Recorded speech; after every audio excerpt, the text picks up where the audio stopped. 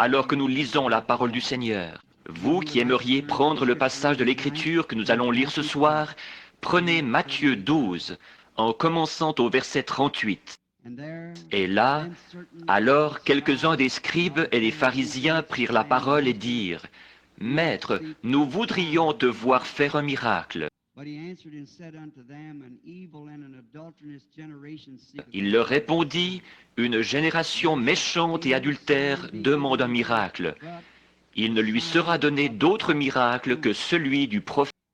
Car de même que Jonas fut 3 jours et 3 nuits dans le ventre d'un grand poisson, de même le Fils de l'homme sera 3 jours et 3 nuits dans le sein de la terre. Les hommes de Ninive se lèveront au jour du jugement avec cette génération et la condamneront, parce qu'ils se repentirent à la prédication de Jonas. Et voici, il y a ici plus que Jonas. La reine du Midi se lèvera au jour du jugement avec cette génération et la condamnera, parce qu'elle vint des extrémités de la terre pour entendre la sagesse de Salomon. Et voici, il y a ici plus que Salomon. La tête, alors que nos têtes et nos cœurs sont inclinés dans sa présence, est-ce qu'il y a une demande ici ce soir à laquelle vous aimeriez qu'on pense en prière? Si oui, levez donc la main pour dire « Ô Dieu, écoute ma demande ». Maintenant, pendant que nous prions, priez en silence. Notre Père Céleste, nous considérons ceci comme un des privilèges les plus grandioses que nous ayons de ce côté-ci de la gloire, que de nous trouver dans l'assemblée des gens qui croient en toi, là où nous pouvons nous attendre à ce que ta présence soit là, parce que c'est conforme à ta promesse. Tu as dit, là où 2 ou 3 sont assemblés en mon nom, je suis là au milieu d'eux. Et s'ils peuvent s'accorder pour demander quoi que ce soit, ils le recevront. Seigneur, la chose la plus glorieuse pour laquelle nous puissions nous accorder ce soir, c'est que tu nous rencontres, pour que nous puissions contempler ta présence, la ressentir dans notre esprit et savoir que tu es ici.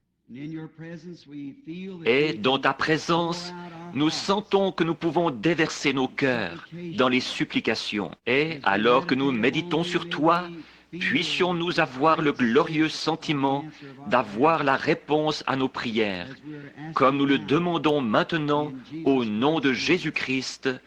Amen. Vous pouvez vous asseoir.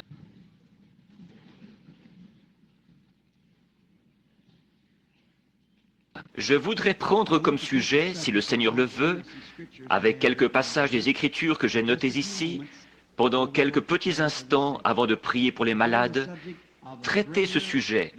Il y a maintenant ici plus que Salomon. Nous voyons au début de notre lecture biblique de ce soir, d'où nous avons tiré notre sujet, que Jésus était en train de discuter avec les pharisiens. Il les réprimandait parce qu'ils ne l'avaient pas compris. Cet homme, les théologiens qui avaient reçu une formation, attendaient le moment où il allait paraître. Et puis, quand il est arrivé, ils l'ont mal compris et ils l'ont traité de démon. Ils ont dit que le ministère qu'il avait était du diable, parce qu'il pouvait discerner les pensées qui étaient dans leur cœur. Et à cause de ça, ils pensaient qu'il était un genre de sorcier, ou quelque chose comme un diseur de bonne aventure. Et n'importe qui sait que ça, ce sont des mauvais esprits. Et appeler l'œuvre de Dieu un mauvais esprit, c'était blasphémer. Et il leur avait dit qu'il le leur pardonnerait, parce que le Saint-Esprit n'était pas encore venu attendrir leur cœur et les préparer à comprendre Dieu. Leur cœur était éloigné de Dieu. Tout ce qu'ils connaissaient, c'était la théologie de la loi, froide, et ils n'avaient pas encore reçu le Saint-Esprit. Mais il a dit, quand le Saint-Esprit sera venu et qu'il fera la même chose, de parler contre cela, ce ne sera jamais pardonné, ni dans ce siècle, ni dans le siècle à venir. Et je me suis dit, quand je lisais ceci cet après-midi, et que je méditais là-dessus, l'un d'eux là était venu à lui, et d'une façon détournée, il lui avait demandé, « Maître, nous voudrions te voir faire un miracle. » Autrement dit, les Juifs avaient toujours appris à croire aux miracles. Les Juifs recherchent les miracles, toujours, et les Grecs, la sagesse. Alors, nous voyons que ces Juifs s'appuyaient sur un miracle. Or, combien cela témoignait vraiment contre ce pharisien, lui qui était censé connaître les Écritures, que le signe du Messie, Jésus l'avait déjà accompli, et ses yeux étaient tellement aveuglés qu'il ne l'a pas reconnu. Jésus lui avait donné le vrai signe biblique du Messie, qui avait été promis dans l'Écriture. Mais lui cherchait un autre genre de signe. Et combien cela reste vrai pour les enseignants d'aujourd'hui et pour les gens d'aujourd'hui. Ils peuvent voir quelque chose d'absolument certain qui se trouve dans l'Écriture, que Dieu a promis pour leur jour. Et ils peuvent voir cela, et pourtant, ils s'attendent encore à quelque chose. Ils veulent voir quelque chose d'autre, et ils n'acceptent pas le signe de leur temps. Il leur a dit une fois, il a dit, « Vous savez discerner les cieux quand ils sont d'un rouge sombre. Vous dites, quand ils sont sombres et rouges, demain, il y aura de l'orage, et ainsi de suite. » Mais il a dit, « Vous savez discerner les signes dans les cieux, mais vous ne pouvez comprendre les signes des temps. » En effet, l'Écriture avait bien dit que ce Messie serait prophète. Nous savons que la manière de Dieu de faire les choses a toujours été d'envoyer un prophète pour confirmer son message. Ça n'a jamais manqué, ça ne manquera jamais. Dieu ne peut pas changer de manière de faire. Ce qu'il a décidé en premier, ça doit toujours rester ainsi. Ce qu'il dit, c'est vrai. Dieu n'a jamais traité avec des grands groupes. Il traite toujours avec l'individu. C'est comme ça qu'il a fait sortir un peuple d'entre les nations pour son nom. Juste un individu, un ici, un là, pour son nom. Il traite avec l'individu, pas par groupe. Et nous voyons que la raison pour laquelle il croyait cela, c'est qu'un prophète doit être un témoin identifié par Dieu. En effet, quand il disait quelque chose et que cela s'accomplissait, et qu'il disait encore et que cela s'accomplissait, et que tout ce qu'il disait, Dieu confirmait que c'était vrai, alors il avait dit, « Écoutez-le, car je suis avec lui. » Or, nous voyons que Moïse, en qui il disait croire, leur avait dit que l'Éternel votre Dieu suscitera un prophète comme moi, et le peuple devra l'écouter, et que tous ceux qui ne croiraient pas ce prophète seraient retranchés du peuple. Nous voyons que c'est vrai, il est venu vers les siens ne l'ont pas reçu, mais à tous ceux qui l'ont reçu, il leur a donné le pouvoir. Il leur a donné le pouvoir de devenir fils de Dieu. Comme nous voyons que ces pharisiens, ils avaient directement devant leurs yeux, et ces Sadducéens, exactement ce que la promesse de Dieu avait dit qu'ils feraient. Et les voilà à chercher encore un signe, sans savoir que c'était là le vrai signe messianique qu'ils devaient accomplir. Philippe l'a compris quand il lui a dit où il était la veille. Il a compris que c'était le Messie. Il a dit, « Tu es le Christ et tu es le roi d'Israël. » Donc, il a reconnu cela, parce que ça lui avait été donné. Jésus a dit, « Nul ne peut venir à moi si mon Père ne l'attire. Et tous ceux que le Père m'a donnés viendront à moi. » Peu importe combien nous essayons d'entrer par un autre moyen, il faut que ce soit Dieu. Ce n'est ni celui qui veut, ni celui qui court, mais c'est Dieu qui fait miséricorde. C'est Dieu qui fait le choix. Ce n'est pas vous qui m'avez choisi, a dit Jésus, c'est moi qui vous ai choisi. Et maintenant, nous voyons que l'Antichrist, au dernier jour, séduira tous les habitants de la terre, ceux dont les noms n'ont pas été écrits dans le livre de vie de l'agneau dès la fondation du monde. Votre nom a été mis dans le livre de Dieu avant que l'agneau ait été immolé. Quand son programme tout entier a été préparé, vous étiez reconnus dans ce programme, parce que vous avez la vie éternelle. Le mot éternel, ça n'a jamais commencé, et ça ne peut pas non plus prendre fin. Et vous êtes un attribut des pensées de Dieu avant même que le monde ait été créé. C'est le seul moyen pour vous d'avoir la vie éternelle. Et cette vie, comme il pensait à vous, Elle est en vous maintenant. Il n'y a pas moyen de la séparer. Elle est là, elle y restera. Remarquez, là, ces pharisiens, même s'ils étaient des professeurs de religion, des théologiens émérites, et qu'ils étudiaient le livre jour et nuit, ils ont manqué de voir ce signe messianique. Et ils étaient là à essayer de lui demander un signe. Je veux aller plus loin pour vous montrer que Dieu donne toujours des signes. En effet, il est surnaturel. Il traite toujours avec les gens à travers des signes bibliques. Dans l'Ancien Testament, quand ils avaient une question, que quelqu'un avait eu un songe et qu'il n'y avait pas là de prophète, on l'amenait au temple, là où il y avait ce qu'on appelait l'Urim Tumim. Vous, les enseignants de la Bible, vous comprenez ce que je veux dire. C'était le pectoral que portait Aaron avec les 12 pierres qui représentaient les 12 tribus d'Israël. On le suspendait à un poteau. Et là, quand ce prophète ou ce songeur ou quoi que ce soit racontait sa vision ou son songe, peu importe combien ça semblait être vrai, si ces lumières surnaturelles ne brillaient pas pour faire l'Urim Tumim sur ce pectoral, c'était rejeté. Dieu le refusait. Il faut qu'il y ait un signe surnaturel qui vient de Dieu pour confirmer. Peu importe combien ça avait l'air vrai, combien c'était d'une théologie profonde, combien ça avait l'air bon, quand même, si le signe surnaturel de Dieu ne le confirmait pas, ce n'était pas vrai pour le juif. Or, l'Ancien Testament, le pectoral d'Aaron a été aboli avec l'Ancienne Alliance. Mais, dans la Nouvelle Alliance, Dieu a encore l'Urim Tumim. C'est-à-dire que si un prophète, un songeur, un théologien ou quoi que ce soit prononce quelque chose de contraire à la parole et que Dieu n'y fait pas écho par la parole, je le laisse de côté. Parce qu'elle est l'Urim Tumim de Dieu. Et je le crois de tout mon cœur, que c'est la parole de Dieu. Et Dieu est sa propre parole. Au commencement était la parole était avec Dieu. Et la parole était Dieu. Et la parole a été faite chair, et elle a habité parmi nous. Il est le même hier, aujourd'hui et pour toujours. Il est encore... Dieu n'a pas besoin d'interprète. Nous interprétons. Nous disons, ceci, c'est cela, et ceci, c'est cela, et ainsi de suite. Dieu n'a pas besoin d'interprète. Il est son propre interprète. Dieu n'a pas besoin de nous pour interpréter sa parole. La Bible, elle est écrite, et elle dit qu'elle ne se prête à aucune interprétation particulière. Dieu a dit au commencement que la lumière soit, et la lumière fut. En voilà l'interprétation. Dieu a dit, une vierge concevra.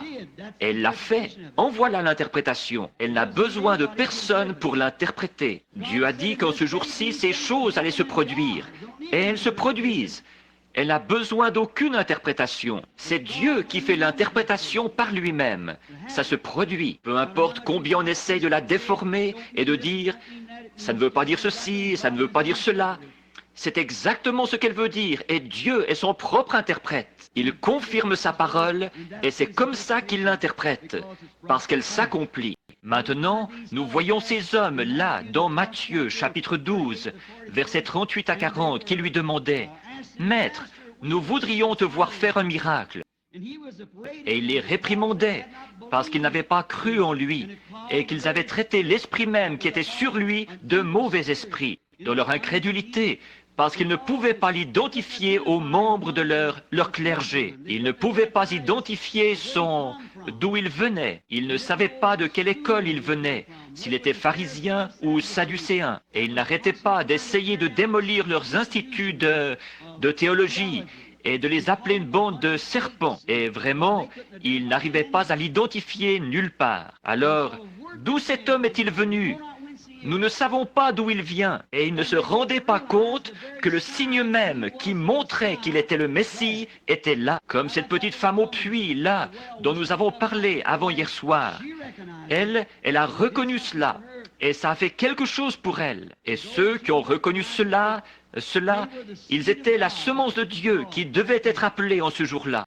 Dieu, toujours et à toutes les époques, il a toujours donné des dons spirituels à son peuple. C'est comme ça qu'on l'identifie et qu'on le reconnaît, par des dons spirituels. Et quand Dieu envoie un don spirituel à son peuple, et que ce don spirituel est rejeté, alors ce peuple sombre dans les ténèbres d'un chaos. Chaque fois, au cours des âges, quand Dieu envoie quelque chose au peuple, un don, et qu'il le refuse, ce peuple est rejeté par Dieu pour avoir rejeté la miséricorde de Dieu. Oh, quelle sécurité ce serait ce soir! Comme ce serait meilleur que tous les abris anti-aériens et que tous les endroits auxquels on pourrait penser. Si cette nation, qu'on appelle une nation chrétienne, pouvait accepter le don de Dieu qui lui a été donné, le glorieux Saint-Esprit déversé en ces derniers jours. Et combien, si cette nation l'acceptait, il y aurait plus de sécurité que dans n'importe quel endroit où ils pourraient aller. Mais ils l'ont rejeté, alors il ne reste rien d'autre que le chaos et le jugement. Dans tous les âges, il a donné ses glorieux dons spirituels. Et remarquez toujours la venue d'un don spirituel, d'un véritable don. Un soir, je voudrais parler de la voix du don, mais si le Seigneur le veut. Mais généralement, ces dons sont toujours annoncés par des prophètes. Et quand vous voyez un prophète entrer en scène, ça montre que le jugement est proche. Or, c'est un signe. Quand vous voyez entrer en scène un prophète de Dieu identifié, à l'époque de Jérémie, à l'époque de Daniel, à l'époque de Jean-Baptiste, à l'époque du Seigneur Jésus et tout le long, quand un prophète entre en scène, c'est le moment où Dieu va prononcer sa parole. Les nations la rejettent et alors le chaos s'installe. C'est ce qui est arrivé au changement des âges de l'Église, chaque fois quand le message a été rejeté. Et Dieu donne ses dons et ses messages aux gens et les rejette, alors il ne reste plus rien d'autre que le jugement. Dieu est juste. Il n'envoie pas de jugement avant d'avoir offert la miséricorde. Et la miséricorde est prédite, de même que la manière dont elle doit venir. Mais d'habitude, les gens sont tellement confus et dans leurs pensées, il y a tant d'échafaudage d'idées humaines qu'ils ne le reconnaissent pas. Et c'est toujours comme ça que ça se passe. Maintenant, nous voyons qu'il leur a dit qu'une génération méchante et adultère demande des miracles. Combien de fois l'incroyant a-t-il profité de cela, des signes bibliques, et il ne le croit pas? Dieu parle toujours par des signes. Il l'a toujours fait, il le fera toujours. Tant qu'il y aura un monde, il continuera à parler par des signes spirituels. Il a prédit qu'il viendrait. Maintenant, beaucoup d'incroyants prennent ça. Quand il a dit qu'une génération méchante ou une génération faible et adultère demande des miracles. Regardez bien ici, il parlait par une prophétie composée. Il leur disait aussi qu'ils étaient une génération faible et adultère. Et il leur disait aussi que toute génération faible et adultère, et une qui devait venir, recevrait un miracle. Remarquez, il a dit, une génération faible et adultère demande un miracle. Il ne lui sera donné d'autre miracle que celui de Jonas. Car de même que Jonas fut dans le ventre d'un grand poisson pendant 3 jours et 3 nuits, de même le Fils de l'homme doit être dans le sein de la terre pendant 3 jours et 3 nuits. Qu'est-ce qu'il disait ici? Il disait qu'une génération méchante et adultère recevrait le miracle de la résurrection. Et à quel autre âge sommes-nous jamais arrivés, où ce soit le cas plus que maintenant même, une génération méchante, pervertie, adultère qui rejette Christ. Et ils recevront un miracle, le miracle de la résurrection, que Jésus-Christ est tout aussi vivant ce soir qu'il l'a toujours été. Il est ressuscité des morts, ce qui fait de lui le même hier, aujourd'hui et pour toujours. Une génération faible et adultère demande un miracle, et ils le recevront. Et ce miracle, ce sera le miracle de la résurrection. Or, bien sûr, il leur annonçait là qu'il allait ressusciter des morts. Bien des fois, les Écritures ont leur sens commun, ou plutôt composé. Comme dans Matthieu 3, il est dit « Afin que s'accomplisse ce que le Seigneur avait annoncé par le prophète. J'ai appelé mon fils hors d'Égypte. » Maintenant, si vous prenez la référence, il s'agit d'Osée. Et il avait prophétisé qu'il avait appelé le Fils de Dieu hors d'Égypte. Il s'agissait là d'Israël. Jacob était le fils de Dieu, et il l'a appelé hors d'Égypte. C'est à ce passage qu'on vous renvoie. Mais aussi, Christ était son fils majeur. Et il l'a appelé à sortir, alors qu'Israël était un type. De même, comme ça, c'était un type du rejet de Christ pour cette génération-là. Ici, c'est un type encore plus grand, puisque cette génération-là, qui a rejeté la résurrection, a reçu le pardon. Mais cette génération-ci, qui se moque du Saint-Esprit, est impardonnable. Nous sommes... Celui qui rejette le Saint-Esprit est plus grand que celui qui a rejeté Jésus-Christ au jour de sa chair sur la terre. Jésus l'a dit, si vous parlez contre le Fils de l'homme, quand il disait qu'il était un diseur de bonne aventure ou un mauvais esprit, il a dit, si vous parlez contre le Fils de l'homme, il vous sera pardonné. Mais quiconque prononce un mot contre le Saint-Esprit, il ne leur sera jamais pardonné dans ce siècle. C'est-à-dire d'appeler l'œuvre du Saint-Esprit une chose mauvaise, impure, quand il voit s'accomplir l'œuvre de Dieu. Oui, Jonas a été un témoin de la résurrection, car il a été dans le ventre du grand poisson pendant 3 jours et 3 nuits. Beaucoup de gens essaient de condamner Jonas et de dire que, oh lui, tout le monde, il était un Jonas. Jonas était prophète. Il marchait exactement dans la volonté de Dieu. Quand il a pris ce mauvais bateau pour s'en aller là-bas, il fallait que ça arrive.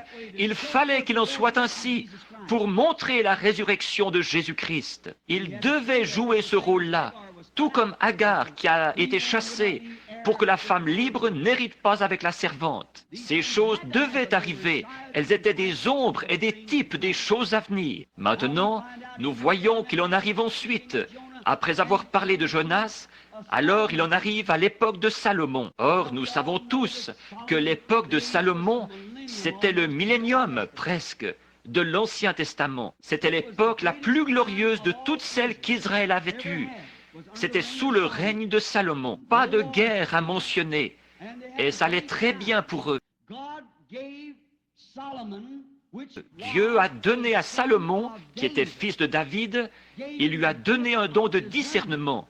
Et alors, il pouvait discerner les pensées dans le cœur des gens. Maintenant, combien cet Hébreu qui se tenait là aurait dû reconnaître ça? Salomon avait un don de discernement, et il pouvait discerner les pensées de leur cœur. Et ils étaient tous rassemblés autour de Salomon. Et voilà que se tenait là plus que Salomon. Et Salomon était le fils de David. Mais il était le fils mineur de David, selon la chair. Et Jésus était le fils de David par la semence de la promesse, la semence royale. Aussi, il s'en tenait un là qui était plus grand que Salomon, qui faisait la même chose que Salomon avait fait. Seulement, il était plus grand que Salomon. Et ils ont appelé cela... Vous voyez l'interprétation de l'Écriture? Ce n'est pas étonnant qu'il ait dit ce qu'il a dit. Une génération méchante et adultère demandera un miracle, et ils le recevront, le miracle de la résurrection. Et dans l'âge de Salomon, un grand réveil avait lieu. Je vais l'apporter un peu comme une image, pour que les jeunes puissent le comprendre. À l'époque de Salomon, un grand réveil avait lieu. Dieu avait donné un don, et toute la nation s'était rassemblée autour. Tout le monde y était venu. Ils y croyaient de tout leur cœur. Ce serait merveilleux, n'est-ce pas, si ça se produisait parmi les gens ce soir. Si toute l'Amérique, tous ceux qui se disent chrétiens, se rassemblaient autour du don de Dieu en ces derniers jours, l'effusion du Saint-Esprit sur les gens. C'est le don de Dieu en ce dernier jour, c'est le Saint-Esprit. Christ, sous forme d'esprit, il est ici avec nous maintenant. Ne serait-ce pas merveilleux si toutes les églises qui professent le christianisme se rassemblaient autour de ce glorieux don que Dieu nous a donné? Mais pourquoi? Il place ça dans toutes sortes d'ismes, de credos et de dogmes, et on ne sait plus où on en est. C'est exactement comme ça qu'ils ont toujours fait. Dieu a promis que ce serait redressé, du moins pour la semence, au temps de la fin. Maintenant, remarquez là, nous voyons qu'ils se sont tous rassemblés autour de ce glorieux don, et qu'Israël a prospéré comme jamais auparavant. Toutes les nations craignaient Israël. Ils avaient peur d'aller là-bas, parce qu'ils savaient que Dieu était avec eux. Et je vous dis, vous parlez d'arrêter le communisme et tout. Que l'Amérique revienne simplement à Dieu, qu'elle revienne à son don, qu'elle revienne au Saint-Esprit. Et les gens devront arrêter de crier après le communisme. Il est tellement rongé par les Verts que les communistes eux-mêmes installent des dispositifs anticommunistes pour pouvoir les dépister. Il faut que ça se passe comme ça. Mais qu'ils reviennent. Ici, il n'y a pas longtemps, en Finlande, frère Lindsay, je crois qu'il était ici hier soir. Il était avec moi quand c'est arrivé. Un petit garçon que j'avais vu dans une vision ici a été ressuscité des morts là-bas. Beaucoup d'entre vous, je pense que ça doit être encore écrit dans vos Bibles. Comme j'ai traversé le pays en disant à quoi il allait ressembler, où il serait, et ainsi de suite. Et il est ressuscité des morts, conformément à la parole du Seigneur. Il avait été tué dans un accident de voiture. Beaucoup d'entre vous se souviennent de cette affaire. J'étais là quand il a été ressuscité des morts. Ce soir-là, nous étions en route vers le Messuali. Frère Lindsay et moi, et frère Moore, et plusieurs hommes, on essayait de se rendre au Messuali, là où ils en laissaient entrer tant de milliers pour que je leur parle. Ensuite, ils les faisaient sortir pour que je parle à d'autres. En route, pour s'y rendre, 4 ou 5 pâtés de maison avaient été complètement bloqués. Les gens étaient dans les rues pour nous voir entrer et sortir. Et là-bas, il y avait une petite fille en béquille, avec une jambe plus courte que l'autre, qui avait été guérie. Et beaucoup de choses avaient été accomplies. Et puis, ce petit garçon qui était ressuscité s'est passé aux informations. Il n'y a pas de rock'n'roll et tout en Finlande, où il n'y en avait pas à l'époque. Il n'y avait que des informations et des choses utiles qui passaient à la radio. Et c'était allé jusqu'en Russie. Si vous vivez en Russie et que vous êtes à 40 000 de chez vous, de votre lieu de naissance, il vous faut un visa pour montrer ce que vous venez faire. Et le rideau de fer était tout... On s'était approché tout près, là où il y avait des mitraillettes dans les rues, tout près de Kuopio. Et ce soir-là, comme la nouvelle s'était transmise jusque-là, il y avait des milliers de Russes dans les rues. Il y avait là ces soldats communistes, ces soldats russes, avec leurs petits calots ronds sur la tête. Et 6 jeunes Finlandais, pas longtemps après la guerre, ils n'avaient même pas encore l'âge de se raser. Ils étaient imberbes, ils portaient des grosses bottes, des grands manteaux longs. Ils marchaient dans la rue avec des sabres et tout. Ils m'escortaient à travers la foule pour que je puisse entrer. Il y avait ces Russes qui se tenaient là. Quand je m'approchais, ils se mettaient au garde à vous. Ils se tenaient comme ça. Et les larmes leur coulaient sur les joues. Et quand je suis passé devant eux, ils ont empoigné ces soldats finlandais pour leur donner l'accolade et pour les embrasser. Quelque chose qui pourrait faire qu'un Russe donne l'accolade à un Finlandais, ça désamorcerait les guerres. Ils disaient, ça nous l'accepterons, un Dieu qui peut ressusciter les morts. Voilà le problème ce soir, mon ami. Exactement. Ce qui les a rendus communistes, c'est que le clergé a abandonné la parole de Dieu. Ils ont pris tout l'argent. Ils n'ont rien à donner en échange, rien de plus qu'un club ou quoi que ce soit d'autre. Voilà ce qui ne va pas dans le monde. Alors nous voyons qu'au jour de Salomon, ils se sont tous rassemblés autour de ce glorieux don que Salomon avait reçu du Seigneur. Et les gens venaient et repartaient. Toutes les nations craignaient Israël. Au lieu d'essayer de leur faire la guerre, ils apportaient des offrandes de paix. Ce n'était pas tant de leurs hommes qu'ils avaient peur. C'était du Dieu avec lequel ils étaient tous unis qu'ils avaient peur. Oh, comme ce serait grandiose pour cette nation ce soir, si tous nous avions la crainte de Dieu, si tous nous respections Dieu, et que nous recevions son don du Saint-Esprit, et que nous nous rassemblions autour, que chaque église rompe ses credos, et qu'elle les jette au dehors, et qu'on se prosterne à l'autel, et qu'on y reste, jusqu'à ce que le Saint-Esprit vienne identifier sa parole au dernier jour. Certains d'entre eux essayent de dire, mais il n'y a que les Juifs qui doivent le recevoir. Ça s'est arrêté là. Jour de la Pentecôte, Pierre a dit, « Repentez-vous, chacun de vous, et soyez baptisés au nom de Jésus-Christ pour la rémission des péchés, et vous recevrez le don du Saint-Esprit, car la promesse est pour vous et pour vos enfants, pour ceux qui sont au loin, en aussi grand nombre que le Seigneur notre Dieu les appellera. Tant qu'il y a une semence en terre qui attend d'être appelée, il y a un Saint-Esprit pour l'appeler à lui. » C'est vrai. C'est toujours la même chose. Mais nous voyons que quand il vient, il est rejeté. Voilà pourquoi la nation se retrouve condamnée. Voilà pourquoi les choses vont comme elles vont ce soir. Et nous voyons qu'à l'époque de Salomon, ce n'était pas comme ça. Ils se sont tous rassemblés autour du don de discernement qu'avait Salomon. Et toutes les nations craignaient Dieu. Et partout, on répandait la nouvelle. Oh, il faut que vous veniez en Israël. Leur Dieu a suscité parmi eux un don et l'ont fait roi. Et sa sagesse, son discernement dépasse l'entendement humain. Ça dépasse. C'est là-bas, dans le domaine des dieux, diraient les païens. Et nous ne comprenons pas comment ça se passe. Mais Dieu, leur Dieu, s'est représenté dans un de leurs croyants. Et ils l'ont élevé sur un trône et tous l'écoutent. Vous savez, à l'époque, les nouvelles ne se répandaient pas par la télévision, le téléphone et tout ça, mais de bouche à oreille. Finalement, la nouvelle est parvenue jusqu'au-delà du désert du Sahara, tout là-bas, dans un petit pays qui s'appelait Séba. C'était une contrée païenne. Il y avait là-bas une petite reine, qui était sans doute une brave petite dame. Elle a reçu la nouvelle que Dieu donnait un glorieux réveil là-bas, au pays d'Israël, et que des choses glorieuses se produisaient, et que là-bas, il y avait un homme oint de l'esprit de leur Dieu, au point que sa sagesse dépassait même tout ce que l'homme pourrait imaginer. Vous savez, la foi vient de ce qu'on entend, la parole de Dieu. Ça a touché son cœur. Elle s'est mise à y réfléchir. Et là, chaque fois qu'une caravane passait, sans doute que la petite reine envoyait ses soldats pour dire « J'aimerais parler à cette personne en privé, si elle vient d'Israël. »« Oui, Madame la Reine, nous avons été en Israël. Et, oh, c'est merveilleux. Vous devriez voir. Il n'y a rien de comparable à ça. Ça dépasse l'entendement humain. Vous savez, ils sont tous d'un même accord. Ils sont tous là, autour de ce don que leur Dieu leur a donné. Et ils le croient tous d'un même accord. Oh, c'est tout ce qu'il y a de plus grandiose.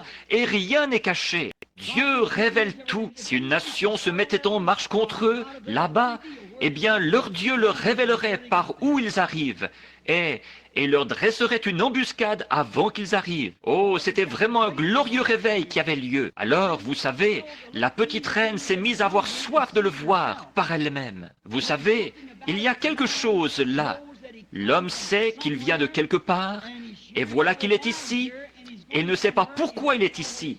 Et il s'en va quelque part, et ne sait pas où il s'en va. Et il n'y a qu'un seul livre au monde qui nous dit qui vous êtes, d'où vous venez, ce que vous êtes et où vous allez. Et c'est la Bible. C'est le seul qui vous le dit. Et c'est le livre de Dieu. C'est Dieu lui-même manifesté sous forme de parole, qu'on appelle une semence. Cette semence, dans la bonne sorte de terre, produira chaque promesse qu'il a faite. Parce que c'est Dieu lui-même. Mais elle doit être arrosée par la foi pour la faire s'accomplir. Comme toute autre semence, le germe est en elle.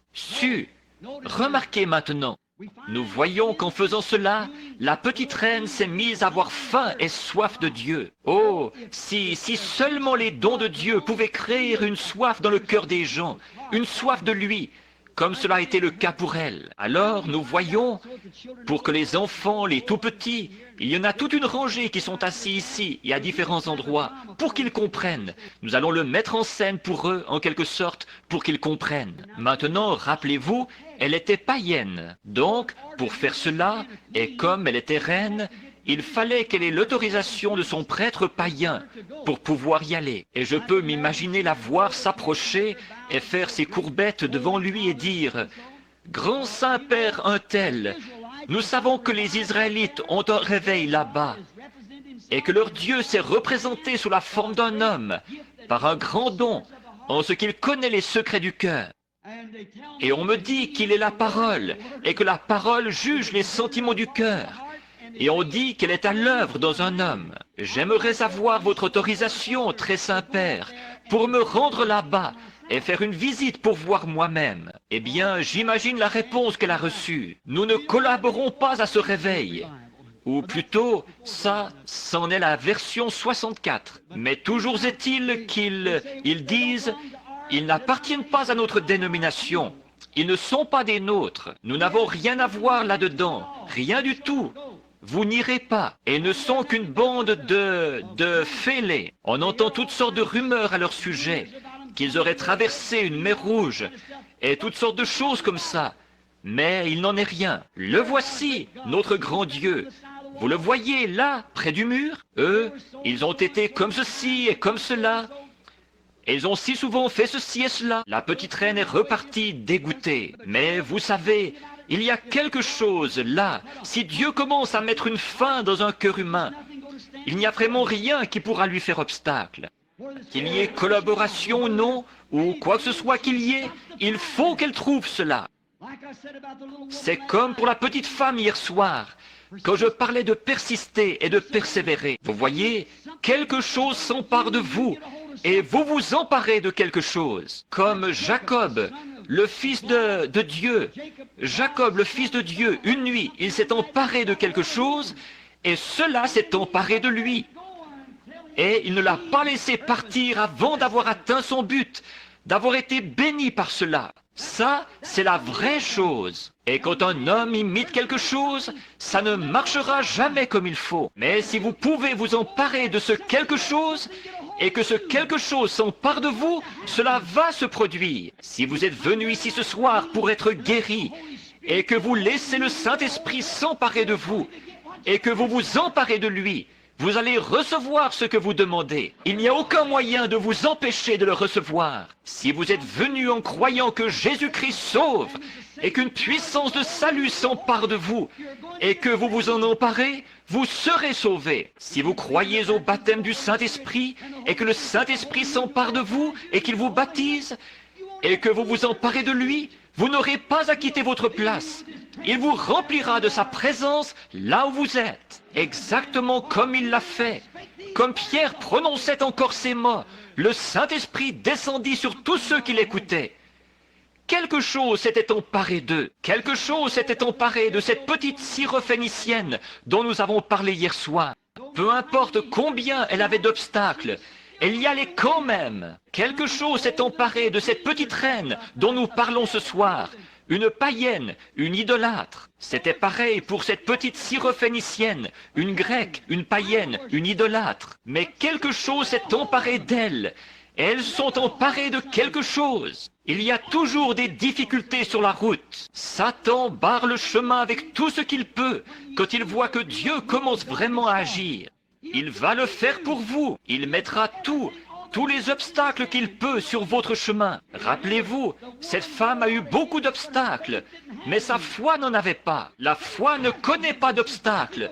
Il n'y a rien qui puisse l'arrêter.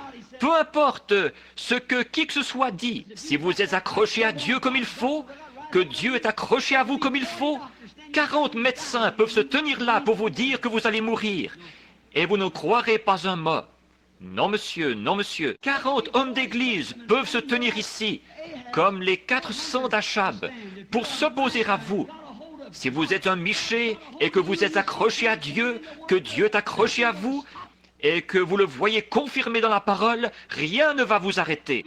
Vous vous tiendrez là, malgré tout, parce que quelque chose vous tient. C'était révélé à cette petite femme qu'il y avait un Dieu quelque part. Je peux la voir aller relire ses rouleaux en hébreu, les enrouler et les ranger dans la cruche, et retourner voir ce prêtre païen et dire « Je veux vous dire quelque chose, Saint-Père. C'est peut-être vrai, les choses que vous dites.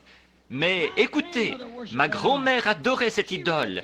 Elle lisait ce catéchisme que vous avez. Mon arrière-grand-mère le lisait, ma mère le lisait, toute ma famille le lisait. Il y est toujours question de quelque chose qui est déjà arrivé. Je ne l'ai encore jamais vu agir. Me dit que là-bas, ils ont quelque chose de réel, qui agit en ce moment même. Pas quelque chose d'historique, mais quelque chose qui se produit maintenant. Il dirait, mais écoutez là, mon enfant, si vous y allez, je vous excommunierai. Et en tant que reine, vous ne devez pas vous associer avec de telles personnes. Ce même vieux démon est encore en vie. Il n'y a pas de meilleure compagnie au monde à adopter qu'une église née de nouveau, remplie du Saint-Esprit. Peu m'importe où elle se trouve, qu'elle soit dans une ruelle ou n'importe où, c'est la meilleure compagnie.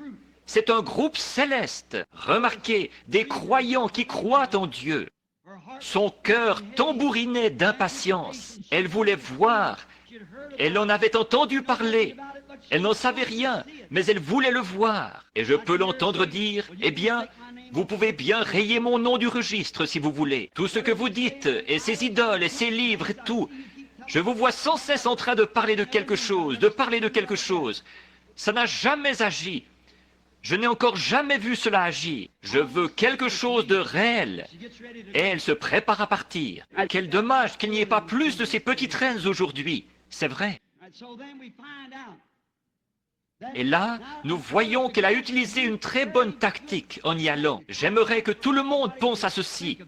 Bon, elle disait qu'elle ne savait pas. Elle avait lu tous les rouleaux pour voir ce qu'était Jéhovah, pour voir de quelle manière il avait agi par le passé. Dans ce cas, il s'identifierait à cet homme, comme on le décrivait alors. C'était Jéhovah. Et si c'était Jéhovah, et qu'il était le vrai Dieu, le Dieu des vivants, pas une statue ou le monument d'une créature qui avait vécu ou qui n'avait pas vécu, c'était là un Dieu vivant, présent en ce moment même. Donc elle voulait se préparer à partir. Alors elle a dit, elle a emporté beaucoup d'argent. Elle a pris de l'or et de la myrrhe, et oh, de l'encens, je suppose, et de l'argent. Et elle en avait chargé des chameaux. Là, elle se disait, j'y vais. Je vais examiner ça de moi-même. Et puis, si c'est vrai, je le soutiendrai. Si ce n'est pas vrai, je n'aurai rien à faire avec. Vous savez, elle pourrait enseigner quelque chose aux pentecôtistes. Nombre d'entre eux soutiennent un programme où l'on rit et où l'on se moque de vous. Et vous soutenez un programme en ondes où l'on se moque des choses que vous croyez. Et c'est vrai. Oui, monsieur, parce que ça a l'air bien, c'est sûr. Telle voie paraît droite à un homme, a dit Jésus. Mais remarquez qu'elle, elle a dit, si ce n'est pas vrai, je pourrais rapporter mes présents. Mais elle allait voir par elle-même pour en être convaincue. Elle avait lu les rouleaux. Elle savait ce qu'était Jéhovah. Et elle allait voir. S'il était, il est.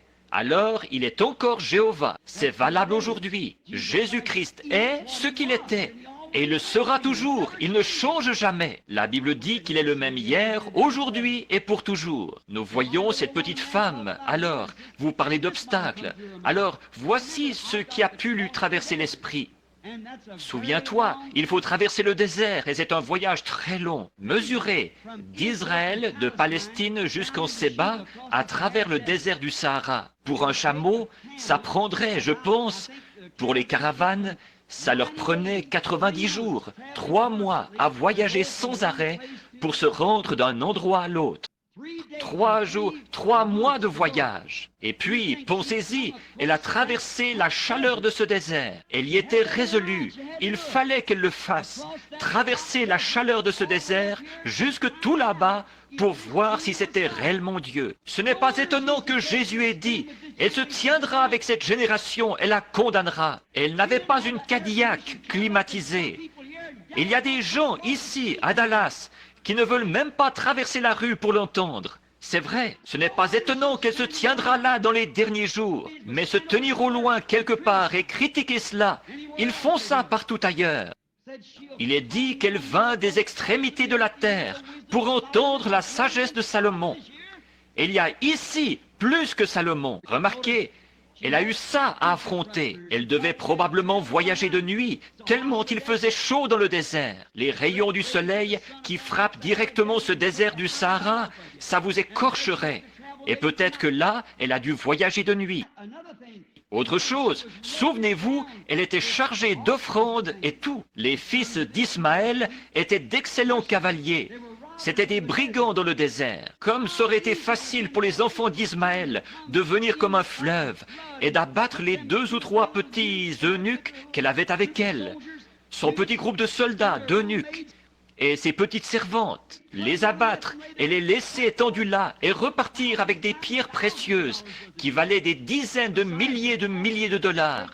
En plus de la myrrhe et de l'encens précieux et des choses qu'elle apportait comme présent. Mais il y a quelque chose là, si votre cœur est déterminé à voir Dieu et que quelque chose vous tient, vous ne connaissez pas le danger, vous ne connaissez pas la défaite. Il y a quelque chose, vous allez y arriver malgré tout, peu importe la difficulté. Bien sûr, ça avait l'air d'une véritable aubaine pour les brigands. N'importe lesquels d'entre eux auraient pu venir. Mais elle ne s'est pas préoccupée du danger. Elle ne s'est pas préoccupée de savoir si elle pourrait se lever et marcher, comme quelqu'un qui a peur de se lever d'un lit ou d'une civière, ou quelque chose comme ça. Je ne sais pas, vous voyez, j'ai peur de le faire. Elle n'avait pas ce genre de crainte-là. Quelque chose la tenait. Et si quelque chose peut s'emparer de nous de la même manière, quelque chose va se passer. Seulement, vous ne pouvez pas le faire tant que cela ne s'est pas emparé de vous. Vous faites mieux de ne pas essayer. Mais quand cela vous tient, ça va arriver. Remarquez, la voici, elle ne s'est pas souciée de tous les brigands qu'il pouvait y avoir dans le désert. Ou encore, quand elle arriverait là-bas, est-ce qu'elle allait être acceptée ou non? Elle était d'une autre dénomination, vous savez. Alors, est-ce qu'elle allait être acceptée? Est-ce qu'elle allait être bien accueillie à la réunion? On ne lui avait pas demandé de venir. C'est le Saint-Esprit qui avait œuvré en elle pour qu'elle vienne. Donc c'est lui qui conduisait. Alors, pour répondre à ce sentiment qu'elle avait, qui faisait qu'elle désirait savoir, souvenez-vous, c'est votre vie à vous. Elle, c'était sa vie. Vous n'avez qu'un moment pour régler ça. Et peut-être que c'est ce soir votre dernière occasion. Si vous rejetez Christ ce soir, il se peut que vous n'ayez pas d'autre occasion. Et c'était peut-être sa dernière occasion à elle. Elle a compris cela. Est-ce que la religion formaliste et froide qu'elle avait été bonne? Ou est-ce qu'il y avait réellement un Dieu vivant? Elle n'avait rien vu dans sa propre religion. Mais elle avait entendu dire qu'il y avait quelque chose dans l'autre. Et elle avait lu au sujet de ce qu'il était. Elle voulait voir. C'est sa vie qui était en jeu. C'est ma vie ce soir. C'est moi qui dois affronter ça. C'est moi qui dois passer en jugement. Tout comme vous, vous devez passer en jugement. Il nous appartient, assis sur notre siège, étendus dans notre lit, où que nous soyons, d'examiner ces choses en profondeur. En effet, vous ne savez pas à quel moment votre carte sera retirée du fichier de Dieu, là-haut, et que vous aurez à répondre au jugement. Que vous soyez un membre d'église ou que vous ne le soyez pas, ça n'a rien à voir. Vous aurez à en répondre malgré tout.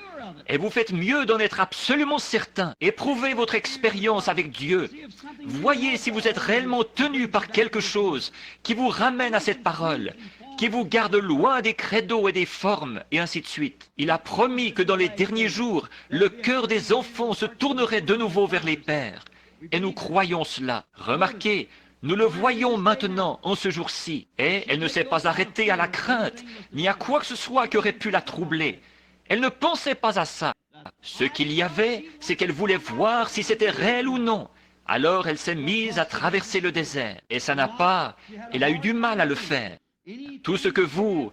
C'est ça le problème. Nous, les pentecôtistes, on nous sert tout sur un plateau, tout ce qu'on veut. Si le pasteur n'arrive pas tout à fait à l'heure, je vais quitter les assemblées et me joindre à l'église de Dieu.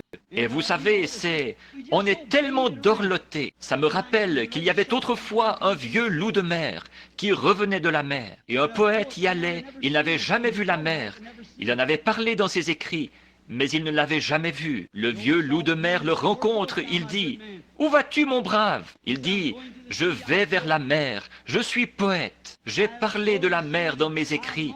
J'ai tant désiré sentir l'odeur de la mer et voir s'élancer ces grandes vagues bleues, avec les goélands qui chantent tout autour et le bleu du ciel qui se reflète dans la mer. » Le vieux loup de mer tire 4 ou 5 bouffées de sa pipe, abaisse le regard et crache.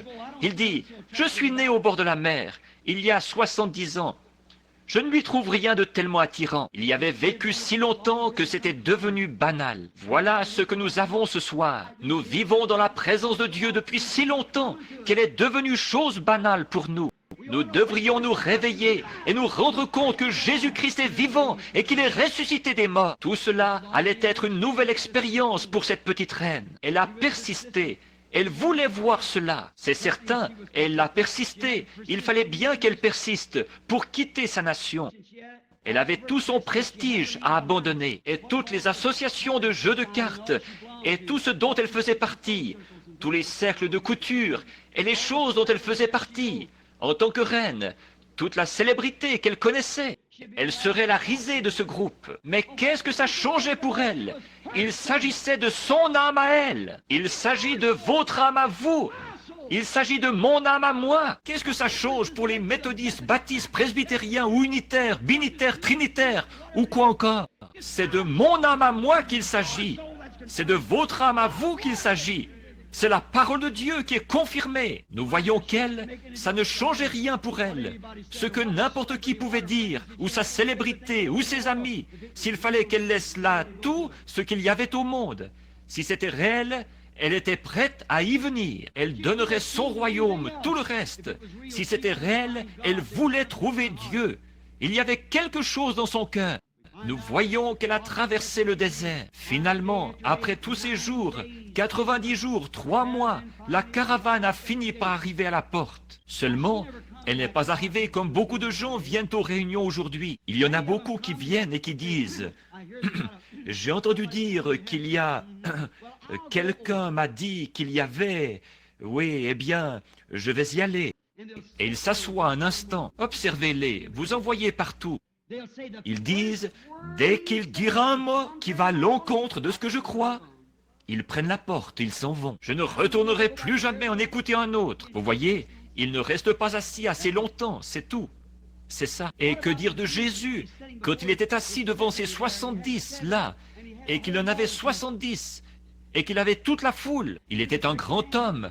On disait qu'il était prophète, le prophète galiléen. Un jour, il a regardé la grande foule qui l'entourait. Il a dit, « Si vous ne mangez la chair du Fils de l'homme, et si vous ne buvez son sang, vous n'avez pas la vie en vous-même. » Pouvez-vous imaginer les médecins qui étaient assis là, ce qu'ils pouvaient dire de cet homme? Mais il veut faire de nous des vampires, boire son sang et manger sa chair?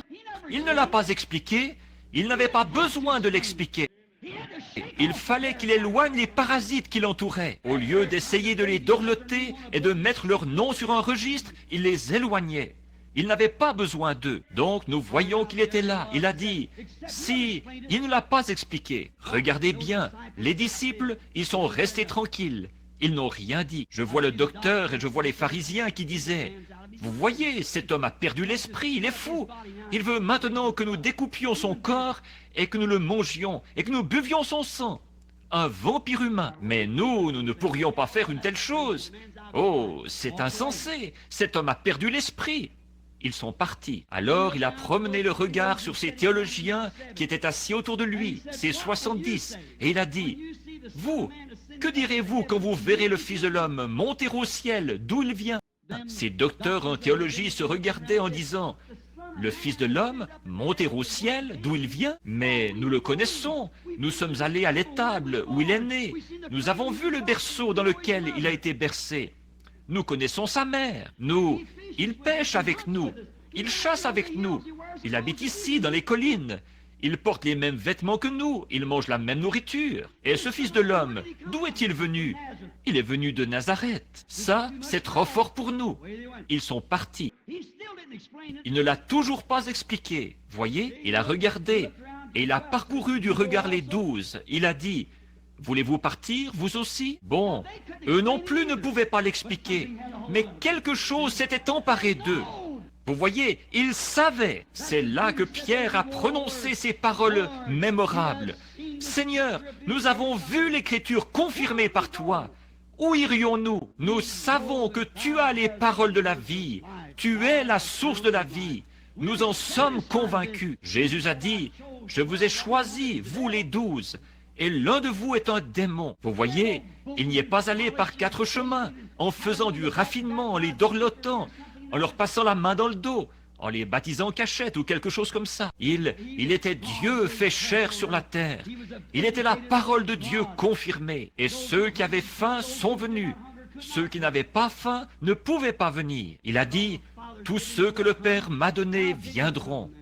Alors, comment pouvez-vous venir sans qu'il ne l'ait donné?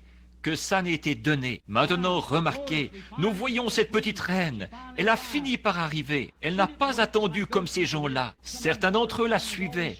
Il y a 3 catégories de gens, toujours. Les croyants, les soi-disant croyants et les incroyants. L'incroyant va se lever et partir. Le soi-disant croyant va rester là longtemps. Là, ils y étaient tous les 3. L'incroyant, la foule, le soi-disant croyant, le groupe de ceux qui se sont détournés en dernier. Mais il y avait le véritable croyant qui ne pouvait pas l'expliquer. Il n'en savait rien, mais il savait qu'il était la parole. Ça réglait la question. Là, nous retrouvons la petite reine. Elle avait apporté beaucoup de nourriture, beaucoup de miches de pain et beaucoup de choses. Elle avait apporté ses tentes et tout. Elle a déchargé ses affaires de sur les chameaux et tout, là dans la cour, le parvis du temple. Et elle a planté ses tentes. Elle s'est installée pour y rester jusqu'à ce qu'elle soit convaincue que c'était vrai ou faux. Sans doute que jour après jour, elle avait lu ses écritures. La nuit, il devait probablement voyager de nuit. Donc, pendant la journée, elle s'assoyait sous les palmiers dans les oasis du désert pour lire ce qu'était Jéhovah, ce qu'il devait être. Alors elle reconnaîtrait Jéhovah. S'il était dans cet homme, elle reconnaîtrait son action. Elle saurait si c'était vrai ou pas. Donc, elle était très bien renseignée par l'Écriture. Elle n'est pas allée là-bas en disant « Maintenant, s'il dit autre chose que ce que dit mon prêtre, je vais prendre mes chameaux et m'en aller. » Elle allait rester jusqu'à ce qu'elle soit convaincue. Oh, si seulement les hommes et les femmes faisaient cela aujourd'hui. Prendre l'Écriture, voir si le Saint-Esprit est pour aujourd'hui, oui ou non. Voir si ces choses dont nous parlons ont été prédites pour cette heure où nous vivons. Mais elle l'a fait. Voilà pourquoi Jésus a dit que son nom est infaillible. Pas infaillible, mais il est immortel. Elle se tiendra là, au jour du jugement, pour condamner Dallas au Texas. Elle condamnera les États-Unis au jour du jugement, car elle est venue des extrémités de la terre pour entendre la sagesse de Salomon. Et voici, il y a ici plus que Salomon. Un Jésus-Christ ressuscité est ici, dans la puissance de sa résurrection. Remarquez, elle a planté ses tentes. J'imagine ce matin-là, pour les enfants maintenant. Les cloches retentissaient, les trompettes sonnaient. Il y avait une réunion. Ils avaient une réunion tous les jours. Pensez-y, ils aimaient aller à l'église tous les jours. Alors, la réunion allait commencer. J'imagine que la reine est allée s'asseoir tout au fond. Et au bout d'un moment, toutes les trompettes ont sonné. On a chanté les cantiques et tout. Au bout d'un moment, le pasteur Salomon est arrivé. Il s'est assis. Combien tous le tenaient en haute estime, parce qu'ils l'aimaient. Il était le serviteur de Dieu. Et il venait. Pas un seul ne disait « si seulement il était ceci, si seulement il appartenait à mon groupe ». Non, il n'y avait qu'un seul groupe, et c'était eux. Donc, ils étaient là. Et là, nous voyons que quelqu'un s'est avancé. Et bien vite, Salomon a révélé le secret de son cœur. J'imagine que la petite reine a dû dire « un petit instant, là, vous voyez, oh, ça avait l'air vrai. » Le suivant s'est avancé. Même chose. Oh, son petit cœur s'est mis à bondir. Elle se demandait. Elle doit avoir pris une carte de prière et attendu. Excusez l'expression, mais vous savez, c'est juste pour faire comprendre, vous voyez. Pourrait avoir pris une carte et avoir attendu. Un jour, sa carte a été appelée. Et elle s'est avancée devant le Saint-Esprit qui était à l'œuvre à travers Salomon. Et la Bible dit, rien n'était caché à Salomon. Le glorieux Saint-Esprit a révélé tout ce qu'elle avait besoin d'entendre. Il l'a révélé. Et voilà que le Saint-Esprit, sa plénitude en Jésus-Christ, faisait la même chose. Et ces pharisiens disaient, « Montre-nous un miracle, guéris cet homme-là, ici, fais ceci et dis ceci. » Et qu'en sera-t-il de ceci ou de cela? Vous voyez, ils ne comprennent tout simplement pas. Cette petite reine se tenait là, et la Bible dit que rien n'était caché à Salomon. Il lui a révélé tout ce qu'elle avait besoin de savoir. Il lui a tout dit. Et à ce moment-là, elle n'a pas eu à prendre la parole de quelqu'un d'autre. Elle l'avait vu et elle le croyait. Alors, elle s'est tournée vers l'auditoire et elle a dit, « Tout ce que j'avais entendu, quand je l'ai entendu, ça m'a rendu perplexe. Mais tout ce que j'avais entendu est vrai. Et c'est même plus que ce que j'avais entendu. » Vous voyez, c'était son tour. Elle l'avait vu. Cela avait agi sur elle. Elle savait que c'était vrai. Et elle a dit, « Béni soit l'Éternel Dieu qui a fait de toi son serviteur. » Béni soit. Qu'est-ce que c'était? La pauvre petite femme avait vécu là-bas avec tous ses credos et ses idoles, et une fois, dans son cœur affamé, tout vrai croyant veut voir Dieu agir. S'il a déjà été Dieu, il est toujours Dieu. Et elle a vu quelque chose qui était réel, pas quelque chose de fabriqué, quelque chose d'authentique, de réel. Elle a servi Dieu le reste de ses jours parce qu'elle avait vu quelque chose qui était réel. Oh, mon ami, nous avons tellement vu de « joignez-vous à ce credo », aux musulmans ici, à ceci, quoi que ce soit, venez à ceci, et ceci, cela, et autre chose, et toutes sortes de sensations et tout. Certainement que le monde devrait avoir faim de quelque chose de réel ce soir, de voir quelque chose qui est authentique, pas quelque chose de mythique, du sang qui coule ou des égratignures, ou de l'huile, ou quelque chose qui n'est même pas biblique, mais un vrai Jésus-Christ qui a promis qu'il allait habiter dans son peuple dans ces derniers jours et faire les choses qu'il faisait, quelque chose dont l'Écriture annonce que cela se produira en ces jours-ci. Tous ces petits credos, eh bien, si vous connaissez notre credo, vous savez, vous voyez, vous regardez à ce que M. Luther a dit, un grand homme à son époque, c'est sûr. C'est comme certaines de ces femmes, ici de 75 ans, qui essayent d'en avoir 16, qui regardent au passé et qui essayent de s'habiller comme si elles avaient 16 ans, de se couper les cheveux et de porter des shorts et de faire... Si quelqu'un conduit en regardant dans un rétroviseur, il aura un accident. Et c'est là le problème de l'Église aujourd'hui. Elle regarde dans un rétroviseur à ce qu'elle était. Pas étonnant qu'elle soit toute accidentée. N'allez jamais. Paul a dit, je cours vers le but de la vocation céleste. J'avance. Je vais de l'avant. Je sais que M. Moody était un grand homme. M. Wesley était un grand homme. Le mouvement de Pentecôte, le mouvement baptiste, ils étaient glorieux. Mais courons vers le but de la vocation céleste en Christ. Ne regardez pas dans un rétroviseur, il y a 40 ans. Regardez ce qu'il y a ce soir. Regardez ce que l'Écriture promet ce soir. Il leur a fait des promesses en ce jour-là. Mais nous vivons plus haut que ça maintenant. Nous avançons. Et si Wesley avait regardé en arrière pour regarder à Luther, vous voyez? Mais il n'a pas regardé à ce que Luther avait dit. Il a regardé à ce que Dieu avait dit. Et si les pentecôtistes avaient regardé en arrière aux méthodistes, vous voyez où vous en seriez? Voilà, c'est pareil. Vous avez tout organisé et mis dans un carcan. Vous ne pouvez plus bouger de là. Alors, l'Esprit de Dieu s'en va. Il l'emmène ailleurs. Chaque fois qu'ils le font, un système fait de main d'homme où tout est fabriqué comme ça, c'est de nouveau comme l'opposition de Corée, comme Dathan et les autres qui voulaient prendre tout un groupe d'hommes et faire une organisation là-bas. Dieu a dit, sépare-toi d'eux, Moïse, et je les engloutirai dans la terre. Et c'était un type du voyage aujourd'hui. Et vous le savez, en route vers le pays promis. Et ils étaient là, ils ne pouvaient pas croire ce message loin de Dieu qui continuait d'avancer. Et ils voulaient commencer quelque chose eux-mêmes. C'est toujours comme ça. La pire gaffe qu'Israël ait jamais commise, c'est quand ils ont rejeté la grâce dans Exode 19 pour prendre la loi. Et Dathan a commis la pire erreur de sa vie quand il a dit « Il y a d'autres chefs que toi ici, Moïse. » Et il avait été confirmé comme la parole de Dieu manifestée. Il avait pris de la poussière et l'avait transformée en mouche. Et tout ce qu'il avait dit s'était accompli. Et Dieu était avec lui. Une colonne de feu avait confirmé comme elle se tenait là au-dessus de lui. Et il voulait quand même commencer autre chose. Ça, c'est de l'artificiel. C'est comme ça aujourd'hui. Voilà où l'Église est parvenue. C'est vrai. Église du Dieu vivant. Ne voulez-vous pas voir quelque chose de réel? Quelque chose de réel.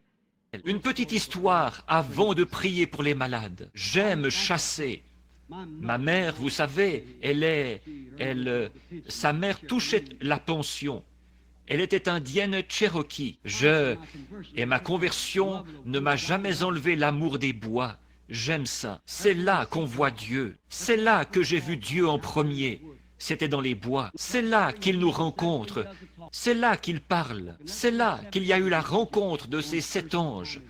Avez-vous, dans Messieurs, quelle heure est-il? Frère Borders et moi, nous étions assis là-bas l'autre jour, quand il est descendu, ce tourbillon qui venait des cieux, qui a même fracassé le rocher, juste au-dessus de l'endroit où je me tenais, là, ce qu'il a dit, vous voyez, et là, oh, il y avait plusieurs hommes, frère Sothman, qui est ici quelque part, l'un des Terry, je crois, qui est ici, il était présent cette fois-là. Et les choses que vous avez vues là-bas, dans ces régions sauvages, j'aime chasser. C'est seulement pour pouvoir aller là-bas que je le fais. Pas pour tuer le gibier, mais juste pour pouvoir être dans les bois. Je chassais souvent avec un gars, là-bas dans l'État de New York, ou plutôt dans le New Hampshire. Il était un bon chasseur. Il s'appelait Burt. C'était un Anglais. Et ses parents avaient établi ou défriché l'endroit qu'on appelle Jefferson Notch, en traversant là-bas jusqu'à Carroll Notch. Ils avaient séparé ça dans l'ancien temps. Il avait un petit peu d'Indien aussi, mais c'était un des meilleurs tireurs que j'ai jamais vus et un des meilleurs chasseurs. On n'avait jamais à s'inquiéter de devoir partir à sa recherche. Il savait où il était. J'aimais chasser le cerf de Virginie là-bas. Et j'y allais chaque automne pour chasser. Il était tellement bon chasseur. Mais c'était l'homme le plus cruel que j'ai rencontré de ma vie. Il avait des yeux de lézard. Et comme ça, vous savez, comme la façon dont les femmes essayent de se maquiller aujourd'hui, pour avoir les yeux un peu comme un lézard. Eh bien lui, il avait vraiment des yeux comme ça. Et moi, je trouve que ça n'a pas l'air humain. Alors, je n'ai jamais trop aimé le regarder. Il avait l'air tellement fuyant comme ça, vous savez, il regardait de côté. Et il aimait être méchant. Et il tirait des faons, des petits bébés cerfs, là, juste pour me faire de la peine. Et il disait, « Oh, prédicateur, tu es comme les autres, tu es une poule mouillée. Tu serais un bon chasseur si tu n'étais pas prédicateur. » J'ai dit, « Je chasse des âmes, Burt. » Et j'ai dit, « Tu en as une qui est perdue. » Et lui, « Ah, reprends donc tes sens. » Il disait, « Billy, tu es bien gentil, mais... » Il disait, « Ne viens pas me parler de ce genre de choses-là. » Alors il tirait ses petits faons et ça me faisait tant de peine. Maintenant, il n'y a rien de mal à tuer un faon si la loi le permet, là, d'après la taille ou le sexe, d'après les conditions de la loi. J'ai été garde-chasse pendant bien des années, mais regardez, Abraham a tué un veau et Dieu l'a mangé. Donc il n'y a rien de mal à tuer un faon si la loi le permet, mais pas de les tirer pour rien, en les laissant là, pour faire son malin. Ça, c'est mal. C'est mal de faire ça. Si je l'ai dit, c'est pour justifier mes frères chasseurs ici, vous voyez, pour que vous voyez ce que j'essaie d'exprimer. Maintenant, remarquez, donc nous voyons que cet homme, un jour, je suis allé là-bas, ma femme et moi, nous étions ensemble, et il s'était fait un petit sifflet qui sifflait en faisant exactement le bruit d'un petit bébé faon qui pleure. Vous savez, l'espèce de petit gémissement qu'il pousse. Eh bien, tant que j'avais travaillé et je n'avais pas terminé à temps une série de réunions, et je suis allé là-bas pour chasser avec lui. Et beaucoup de gens avaient chassé. Or, dès qu'on entend un coup de feu dans cette région-là, ces cerfs, vous pensez que Houdini était un virtuose de l'évasion. À côté d'eux, il était un amateur. Alors rapidement, ils se cachaient tous. Et au clair de lune, ils broutaient de nuit. Ou ils se dissimulaient dans les fourrés ou quelque chose. Et ils ne bougeaient pas. Alors, voilà que ce jour-là, j'ai dit, « Burt, tu ne vas pas utiliser ce sifflet. » Il a dit, « Ah, prédicateur, tu es vraiment une poule mouillée. » Il a dit, « Reprends donc tes sens. » Et nous nous sommes mis en route. Nous avons mis des sandwichs dans notre chemise et nous chassions. Nous allions chasser jusque vers midi, là-haut, autour des crêtes du Presidential Range, pour ensuite nous séparer et redescendre. Si nous abattions un cerf, nous saurions où il était suspendu. Nous irions le retirer 1 ou 2 jours plus tard. On le suspendait. Donc, il y avait environ 4 pouces de neige ou 6, quelque chose comme ça. C'était un bon temps pour suivre les pistes. Et nous nous sommes mis en route. Nous sommes arrivés vers le haut de la montagne.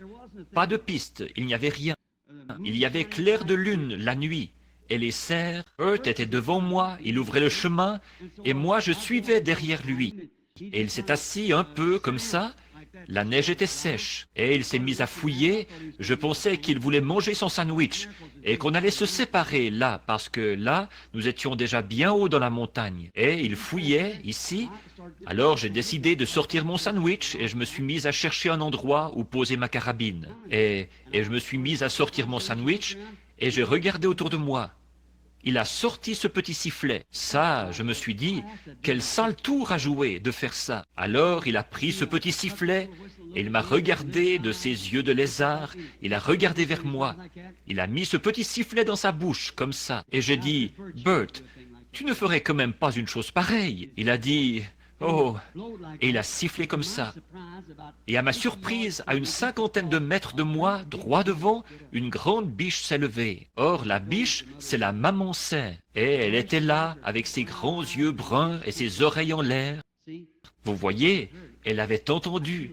C'est qu'elle était une mère, vous voyez, et son bébé pleurait. C'est pourquoi, peu importe que les autres sortent ou pas, il y avait quelque chose en elle. Elle était une mère. Alors Bert a regardé comme ça, et il a sifflé de nouveau, tout doucement. Et cette biche s'est avancée en plein dans la clairière. Or ça, c'est inhabituel, très inhabituel, pour eux de s'avancer comme ça. Et elle regardait autour d'elle, en levant sa grande tête. Elle promenait le regard partout. Au bout d'un moment, quand le chasseur a tendu la main pour prendre sa carabine, elle a aperçu le chasseur. D'habitude, ce qu'ils font, c'est qu'ils partent comme un éclair. Vous savez ce que c'est, à toute vitesse. Mais vous savez, elle n'a pas bougé du tout.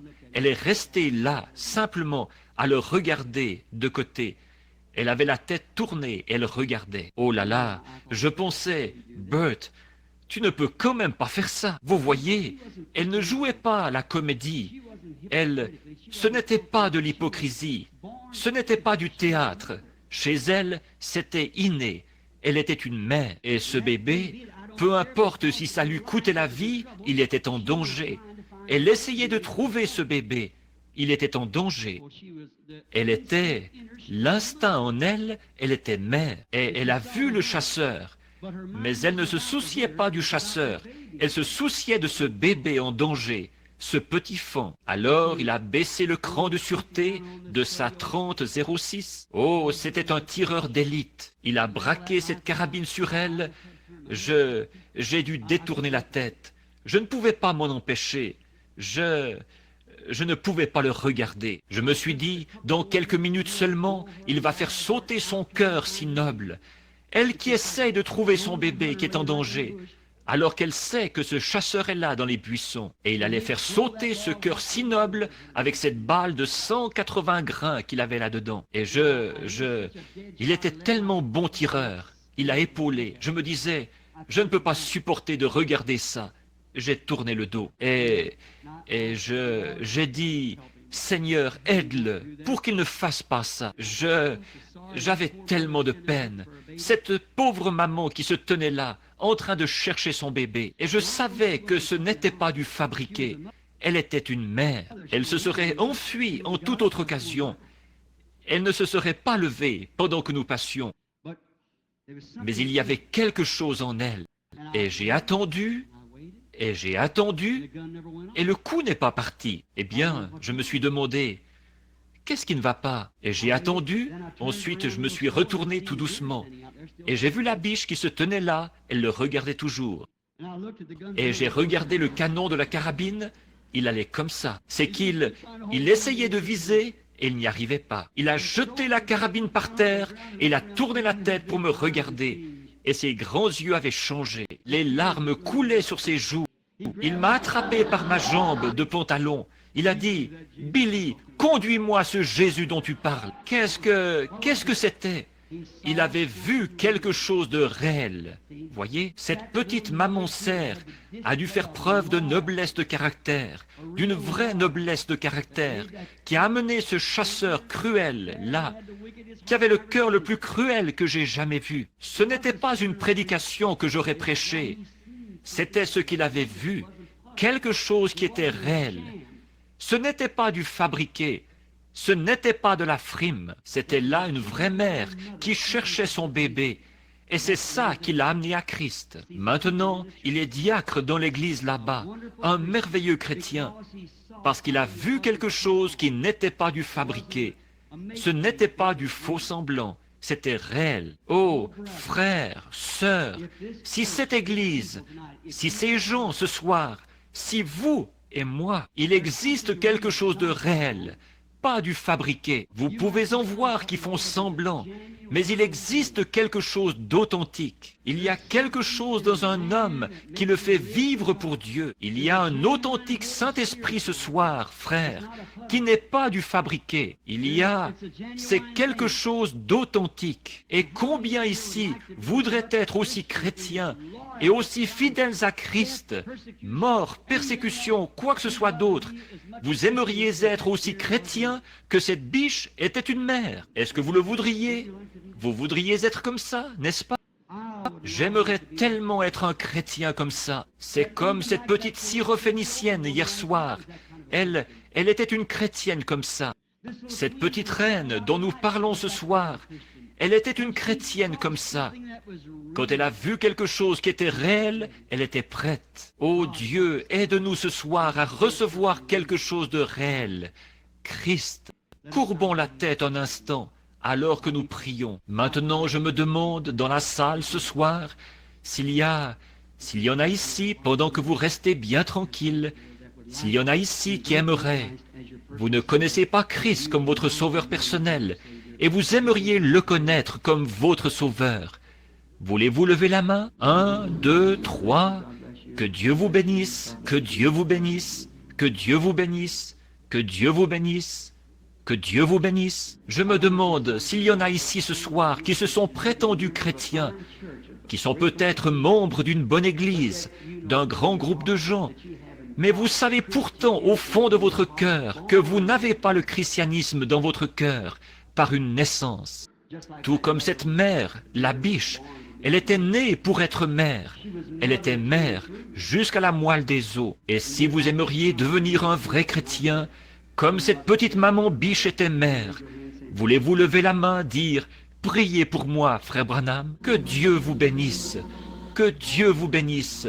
Partout, en haut, dans les balcons, je vois votre main. » Père Céleste, j'étais bien loin de me douter, en cette froide journée de novembre, alors que je me tenais là, la neige qui me descendait partout dans le cou, trempé, de voir cet homme étendu là, comme je lui avais parlé, je lui avais tenu la main, j'avais pleuré avec lui, mais je lui avais parlé de la Bible et tout. Et il disait, « Oh, tu as peut-être raison, mais de voir qu'il a fallu que tu envoies quelque chose de si réel, et ça au niveau même de la nature, si bien qu'il n'a pas pu s'empêcher de voir qu'il y avait quelque chose de réel. Et maintenant, il est ton serviteur, Seigneur. Maintenant, il y en a beaucoup qui sont ici ce soir. Certains d'entre eux ont levé la main, Père, pour dire qu'ils n'ont jamais été chrétiens et qu'ils veulent le devenir. Ô Dieu, qu'ils ne soient pas juste un de ceux qui se contentent de se joindre à une église, ou d'adopter une forme, ou un credo, ou un baptême, mais qu'il y ait une naissance dans leur cœur, Christ. Et ceux qui se sont joints à une église, ils cherchent, Seigneur, comme peut-être la petite femme, la petite reine dont nous avons parlé. Elle avait faim de quelque chose, et eux aussi, Seigneur. Et quand elle a vu quelque chose de réel, qui identifiait Dieu dans des êtres humains, alors elle était prête, et elle a dit, « Béni soit l'Éternel, le Dieu d'Israël. » Elle ne voulait plus rien avoir à faire avec les formes païennes. Et Père, il y en a certainement beaucoup ici ce soir qui sont dans le même état. Si seulement ils peuvent voir quelque chose de réel. Et tu nous as dit, quand tu étais ici dans le monde, ce qui allait se produire en ce jour-ci. Il nous est dit que tu es le même hier, aujourd'hui et pour toujours. Et nous savons comment tu étais identifié et que les pharisiens ont manqué de le voir. Seigneur, les mêmes groupes aujourd'hui manquent de le voir. En appartenant à une église, en se joignant, en ayant certaines formes de credo et ainsi de suite. Il manque de voir le Messie, le glorieux Saint-Esprit qui s'identifie avec les gens, comme tu as promis que tu le ferais. Accorde ce soir, Seigneur, que chacun de ceux-ci se rende compte de ta présence et qu'il la voie. Et puisse cela pénétrer leur cœur. Le sujet, il y a ici plus que Salomon ce soir, c'est-à-dire Jésus-Christ, le Fils de Dieu ressuscité, prêt à venir, à convertir et à refaire les cœurs à neuf, et à y mettre une expérience de Dieu par une naissance. tout comme cette maman biche. C'était quelque chose avec lequel elle n'avait rien eu à voir. C'est par la grâce de Dieu qu'elle avait été choisie pour être une biche. Elle avait été choisie pour être une mère, et une mère fidèle. Et tu nous as dit que nous avons été choisis avant la fondation du monde. Je te prie, ô Dieu, de permettre que chacun de ceux qui ont cette attirance dans leur cœur, comme cette petite dame l'avait, de trouver Dieu, qu'il se produise quelque chose de réel ce soir, afin qu'ils voient et qu'ils le servent. Car il y a ici plus que Salomon. Nous le demandons au nom de Jésus. Amen. Maintenant, avec respect, en silence, juste avant de nous avancer à l'autel, s'il vous plaît, ne vous déplacez pas. Soyez vraiment respectueux quelques instants. C'est maintenant une heure solennelle, un moment solennel. Des décisions sont en train d'être prises. Beaucoup ont levé la main. Je crois que vous étiez profondément sincères quand vous l'avez fait. Quand vous avez dit ça, maintenant, vous avez entendu parler de la Bible. Vous avez entendu parler de Jésus, vous avez entendu dire qu'il était le Fils de Dieu. On vous a enseigné qu'il est ressuscité. Et on vous enseigne qu'il est le même hier, aujourd'hui et pour toujours. Maintenant, est-ce que ce Saint-Esprit dont nous parlons, est-ce que c'est Jésus-Christ? Bien sûr que oui. Vous voyez, il est Dieu, connu comme étant Dieu, le Saint-Esprit. Ce n'est pas un autre Dieu, c'est le même Dieu. Père, Fils et Saint-Esprit, ce ne sont pas trois dieux, ce sont trois attributs du même Dieu. Vous voyez, le même Dieu sous trois formes, c'est tout. Vous voyez, autrement dit, trois fonctions en quelque sorte. Vous savez, alors qu'il agit comme Père, ensuite comme Fils. C'est Dieu qui s'abaisse. Il passe de quelqu'un qu'on ne peut pas toucher, même pour avoir touché la montagne on devait mourir, à celui que nos mains ont pu toucher dans la chair. Et maintenant, il est en vous. Il vous a sanctifié par son sang pour pouvoir vivre en vous. En ce jour-là, vous connaîtrez que je suis dans le Père en moi en vous et vous en moi. Voyez, c'est Dieu au-dessus de nous, Dieu avec nous, Dieu en nous. Voyez? Et c'est Christ, ce soir, le Saint-Esprit, il est le même. Et vous êtes, il est le cep, et vous êtes les sarments. Ayez foi en lui. Et s'il s'identifie ce soir comme étant au milieu de nous, maintenant, s'il se tenait ici avec des cicatrices, ce serait un être humain, c'est-à-dire la chair. N'importe qui peut imiter ça. Un être humain peut se défigurer. Ou, peut-être, nous ne savons pas à quoi Jésus ressemblait. Nous n'avons que l'idée qu'en avait l'artiste, la psychologie de ça, à quoi il ressemblait. D'après Hoffman, c'est une chose, d'après Salman, une autre, et combien d'autres encore. Mais comment feriez-vous pour le reconnaître? Ce serait par sa vie. En effet, si un homme se tenait ici avec des marques d'épines dans sa main, et quoi encore, ce serait un imposteur. Car Jésus, quand il viendra, tout œil le verra, tout genou fléchira, et toute langue confessera cela. C'est certain. Mais son esprit est ici. Vous voyez? Si seulement nous pouvons laisser notre pensée à nous devenir la sienne. Ayez en vous les sentiments qui étaient en Christ. Il est la parole. Et la Bible dit que la parole de Dieu, et combien savent que Jésus était la parole? Dans la Bible, Hébreux 4, et la Bible dit qu'elle est plus tranchante qu'une épée à deux tranchants. Et elle juge les sentiments du cœur. Or c'est ça qui était en Salomon. La parole, Dieu. C'est pour ça qu'ils pouvaient discerner leurs pensées. C'était en Jésus, vous voyez. C'est ce qui est ici maintenant, la même chose. Maintenant, vous, dans l'auditoire, je ne vais pas faire de ligne de prière, parce que je vais faire un appel à l'autel. Il y en a peut-être ici qui n'ont jamais été dans une de mes réunions. Je ne vois personne dans la salle que je connaisse. Quelqu'un me disait qu'il y en a eu une trentaine hier soir, ou plus, qui ont été appelés. Vous rendez-vous compte qu'une fois, une femme a touché son vêtement, et elle s'est retournée, alors que la même chose s'était produite, et de la vertu était sortie de lui. Lui, le Fils de Dieu. Mais il a dit, vous en ferez de plus grandes, car je m'en vais au Père. Maintenant, croyez simplement, ayez la foi, chacun de vous, partout ici, sur ces civières, ces brancards, où que vous soyez, croyez. Ne pensez pas que vous êtes un cas désespéré. Maintenant, si je pouvais vous guérir, je le ferais.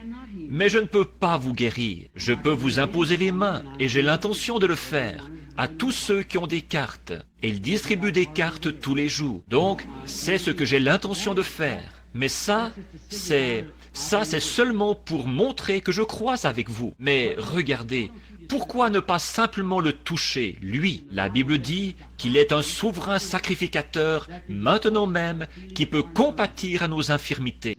Pas vrai? Eh bien, s'il est le souverain sacrificateur, alors certainement qu'il agirait de la même manière qu'il l'a fait à l'époque. N'est-ce pas? Certainement qu'il agirait de la même manière qu'il l'a fait à l'époque. Très bien. Maintenant, touchez-le par la foi. Maintenant, Père Céleste, la réunion est à toi, mais j'ai apporté un enseignement ce soir sur cette petite femme qui avait vu quelque chose de réel, quand elle avait vu l'esprit de discernement sur Salomon. Et nous sommes sûrs, Seigneur, que tes paroles sont vraies. Tu as dit que ça reviendrait, ce qui arriva au jour de Sodome, juste avant la venue, et que tu étais le même hier, aujourd'hui et pour toujours, que les œuvres que tu as faites, nous aussi, nous les ferions, et que tu es un souverain sacrificateur ce soir qui peut compatir à nos infirmités. Qu'est-ce qu'il nous faut de plus? Qu'est-ce qu'il leur aurait fallu à ces Juifs pour qu'ils voient qu'il était prophète? Une vierge avait conçu, et toutes ces choses, mais leur credo les aveuglait. Seigneur, il y en a ici qui sont venus comme, peut-être pas de Séba, mais ils sont venus de plusieurs endroits. Je te prie, ô Dieu, de t'identifier ce soir, de montrer que tu es réel, et puis de t'identifier en eux, comme l'a fait l'instinct de mère dans cette petite biche ce jour-là. Nous sommes à toi, Père. Parle à travers nous, au nom de Jésus. Amen. Maintenant, je veux que vous ayez la foi et que vous croyiez, chacun de vous, partout, là, et priez simplement. Maintenant, regardez et priez simplement et croyez. Vous voyez, il se peut que que le Saint-Esprit n'apprécie pas qu'on fasse ceci. Dans ce cas-là, je ferai venir une ligne de prière. Mais restez simplement ici. Quelqu'un dans l'auditoire, même si je ne veux pas ceux qui ont des cartes de prière. Là, mais tous, là, priez. Bien sûr, moi, je ne sais pas, mais vous, priez simplement et voyez. Dites simplement, Seigneur Jésus, je sais que cet homme ne me connaît pas, il ne sait rien de moi, mais je sais que je crois vraiment. Votre foi est inconsciente. Maintenant, ne forcez rien, ne précipitez rien. La précipitation vous en éloigne. C'est tout près de vous. Vous n'avez qu'à vous détendre et à croire.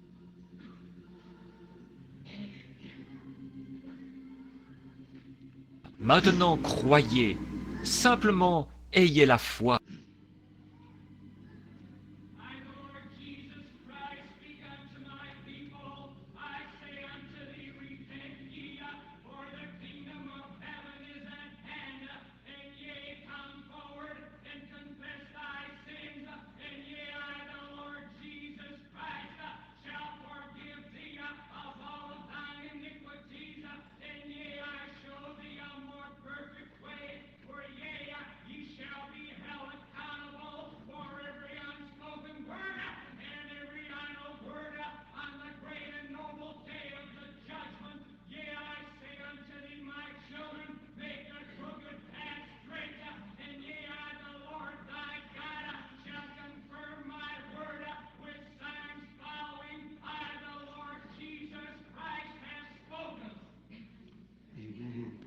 Amen.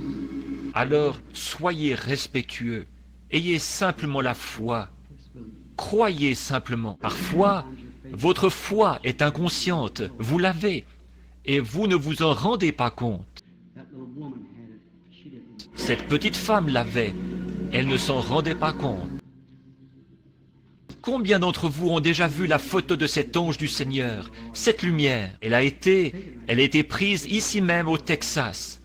Elle a été prise dans le monde entier maintenant. Mais qu'est-ce que vous en pensez, monsieur?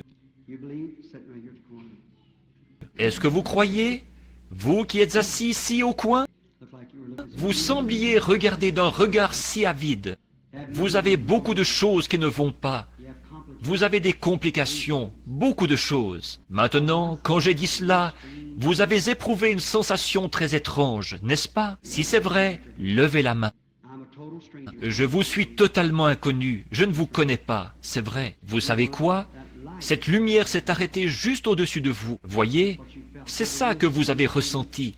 Cette sensation tellement pleine de douceur. Je la regardais, vous voyez, qui descendait. Bon, oui, vous êtes ici. Vous voulez qu'on prie pour vous avant que vous quittiez le bâtiment. Si Dieu me révèle quel est votre problème, alors que vous êtes assis là-bas et que je suis ici, croirez-vous que c'est Dieu? C'est une hernie, un de vos principaux problèmes. C'est vrai. N'est-ce pas vrai? Si Dieu me dit qui vous êtes, quel est votre nom, vous avez un bon contact avec lui, là. Croirez-vous que je suis son prophète, ou plutôt son serviteur? Excusez-moi, c'est une pierre d'achoppement pour beaucoup, vous voyez. Est-ce que vous le croyez? Votre nom est Monsieur Sturge. Si c'est vrai, levez la main. Croyez-le, et soyez guéri. Il y a ici une petite femme, assise là-bas, vers le fond. Elle a les cheveux foncés, là, sur l'allée centrale. Oui, vous avez été surprise quand cela a été dit. Maintenant, en ce moment, vous commencez à vous sentir un peu bizarre, vous voyez, quelque chose de vraiment doux autour de vous. Si quelqu'un veut regarder, si vous pouvez la voir, un genre de lumière qui a l'air ambre, qui descend sur la petite dame. Maintenant, son problème, c'est qu'elle a des maux de tête qui la font beaucoup souffrir. C'est ça. Si c'est ça, levez la main comme ça. Et je ne l'ai jamais vue de ma vie. C'est vrai. C'est ça. Elle a des maux de tête qui la font souffrir, comme une migraine. Mais ils vont s'en aller. Amen, croyez-le. Maintenant, il y a un homme qui est assis juste à côté de vous, là, et il fixe sur moi un regard plein de sincérité. Et cette lumière est en train de se déplacer vers lui. Et cet homme a des problèmes avec ses yeux. Mais s'il croit, Dieu guérira ses yeux et le rétablira. Vous croyez? Très bien. Je ne vous ai jamais vu de ma vie. Vous m'êtes inconnu. Dites, ce jeune homme qui est assis juste à côté de vous, là, lui aussi, il souffre de maux de tête. C'est ça, c'est ça. Je n'ai jamais vu cet homme de ma vie. Dieu le sait, vous voyez. Très bien. Croyez, l'homme qui est assis juste à côté de vous, qui porte des lunettes, qui regarde par ici. Oui, vous portez des lunettes, mais ce n'est pas vraiment ça votre problème. Vous avez un problème de dos pour lequel vous voulez faire prier. Si c'est vrai, faites signe de la main. Très bien. Ce jeune homme qui est assis juste à côté de vous, là, juste à côté de vous, il a eu beaucoup de problèmes. Ce jeune homme en a eu. Oui, monsieur, vous, avec la cravate rouge, vous avez eu beaucoup de problèmes dans votre famille et tout. C'est comme votre épouse est une personne nerveuse et vous aussi, vous souffrez d'un genre de pression dans votre tête. C'est ainsi dit le Seigneur. C'est vrai, c'est juste. Croyez simplement. Ne doutez pas, mais croyez. Il y a ici une femme qui est assise là-bas au fond. Ne voyez-vous pas cette lumière qui se déplace là-bas et qui se pose ici? Elle souffre de problèmes des yeux et de la vessie. Oh, elle va le manquer. Seigneur Dieu, aide-moi. Son nom est Madame Chambers. Croyez de tout votre cœur, Madame Chambers. Levez-vous, levez-vous pour que les gens voient qui vous êtes. Je ne la connais pas, je ne l'ai jamais vue de ma vie. Oui, c'est terminé maintenant. Jésus-Christ vous guérit. Maintenant, si ce n'est pas là Jésus-Christ le même hier, aujourd'hui et pour toujours, où est-il? A-t-il promis de le faire? Tous ceux qui le croient, levez la main. Très bien. Voulez-vous être un vrai chrétien, vous qui avez levé la main il y a un moment, comme cette brave maman biche? Alors que le Saint-Esprit est ici et que l'onction est sur nous tous, frayez-vous donc un chemin et venez vous tenir ici même à l'autel un petit instant. Si vous cherchez Dieu pour le salut, voulez-vous venir ici à cet autel, vous tenir ici avec moi un petit instant? Levez-vous. C'est ça, c'est juste. Que Dieu vous bénisse. Qui que ce soit dans le bâtiment, où que vous soyez, voulez-vous venir? C'est ça. Venez tout de suite. Vous qui voulez trouver Christ, vous ne serez jamais plus près de lui, jusqu'au moment où vous irez à sa rencontre. Il est ici, il est identifié, quelque chose de réel. Vous vous êtes joints à une église, beaucoup d'entre vous, les membres d'église là, vous vous êtes joints à une église, mais vous n'aviez rien de plus que ça. Vous voulez voir quelque chose de réel. Voilà exactement Jésus-Christ, tel qu'il s'était identifié. Regardez ce petit enfant qui s'avance en pleurant. Les larmes coulent sur son petit visage. Pas étonnant, ils sont tendres. Ils n'ont pas été entraînés dans toutes sortes de choses. Un autre est en train de s'avancer dans l'allée. Un autre au fond qui s'avance. Des petits-enfants. Alors que les adultes, eux, ont passé à côté. Pourquoi ne pas venir? Avancez-vous donc maintenant et tenez-vous autour de l'autel, vous les membres d'église, vous qui voulez avoir une expérience de Christ dans votre cœur. Pourquoi ne pas vous avancer? S'il connaît votre cœur, et vous savez que vous ne pouvez pas le cacher, venez donc tout de suite et tenez-vous ici, juste avant que nous poursuivions. Venez ici, tenez-vous ici pour un mot de prière. Voulez-vous le faire? Venez montrer, prenez position pour lui. Prenez position pour lui. Si vous avez honte de lui maintenant, il aura honte de vous là-bas. Souvenez-vous, il est ici. L'Écriture a dit que ceci allait se produire. Et le voici, il est en train d'identifier qu'il est ici. Si vous êtes un membre d'église et que vous ne connaissez pas Christ par une expérience réelle, pourquoi ne pas venir tout de suite? Maintenant, je ne suis pas fameux pour persuader les gens. Tout ce que je peux dire, c'est vous dire la vérité. Et si la présence de Christ, en plus de sa parole, en train de se manifester, là-haut, dans le balcon, vous qui avez levé la main, sœurs, frères, si vous voulez descendre, nous allons attendre ici. Descendez donc vous rassembler autour de l'autel pour un petit mot de prière. Faites savoir au monde, faites savoir à Jésus que vous n'avez pas honte, que vous voulez être un vrai chrétien. Pourquoi ne pas venir pendant que nous attendons quelques instants? Membres d'église, tièdes, rétrogrades, pourquoi ne pas venir vous tenir avec eux maintenant? Venez vous placer avec eux, ici, vous qui n'avez pas... Si vous n'avez pas d'expérience avec Dieu, par laquelle vous êtes né dans le royaume de Dieu comme ça, que voulez-vous voir de plus? Rappelez-vous, je vous le dis au nom du Seigneur, si vous me considérez comme son serviteur, c'est ici le dernier signe que l'Église verra selon l'Écriture. C'était la dernière chose qu'Abraham a vue s'accomplir avant l'arrivée du Fils promis. Et nous sommes la semence royale d'Abraham. Et Jésus a promis que la semence royale verrait la même chose qu'Abraham a vue, juste avant que le monde des nations soit brûlé. Ne retardez pas pour attendre autre chose. Satan essaye de vous faire regarder ailleurs. Venez maintenant. Pendant que il y a une source remplie du sang des veines d'Emmanuel, tout pécheur plongé dans ce flot est lavé de tout péché. Le brigand mourant vit avec joie, cette source en son jour. Et moi qui suis vil comme lui, j'y puis laver mes péchés. Pourquoi ne pas venir l'accepter maintenant? J'attends juste un instant. Quelqu'un d'autre pourrait venir se tenir ici pour qu'on prie pour lui. Maintenant, je vais demander à des prédicateurs ici, des frères, de venir se tenir avec moi autour pendant que nous prions. Et les prédicateurs qui sont dans l'auditoire, ceux qui sont concernés, si certaines de ces personnes viennent de votre quartier, qu'elles viendraient à votre église ou quelque chose, si vous êtes intéressé à ce que des âmes viennent à Christ, et vous croyez que ceci est Jésus-Christ. Maintenant, rappelez-vous, je ne suis pas Jésus-Christ, je suis votre frère, un pécheur sauvé par la grâce. Je suis comme vous, mais c'est Jésus-Christ, le Saint-Esprit qui est ici avec nous, qui tient parole.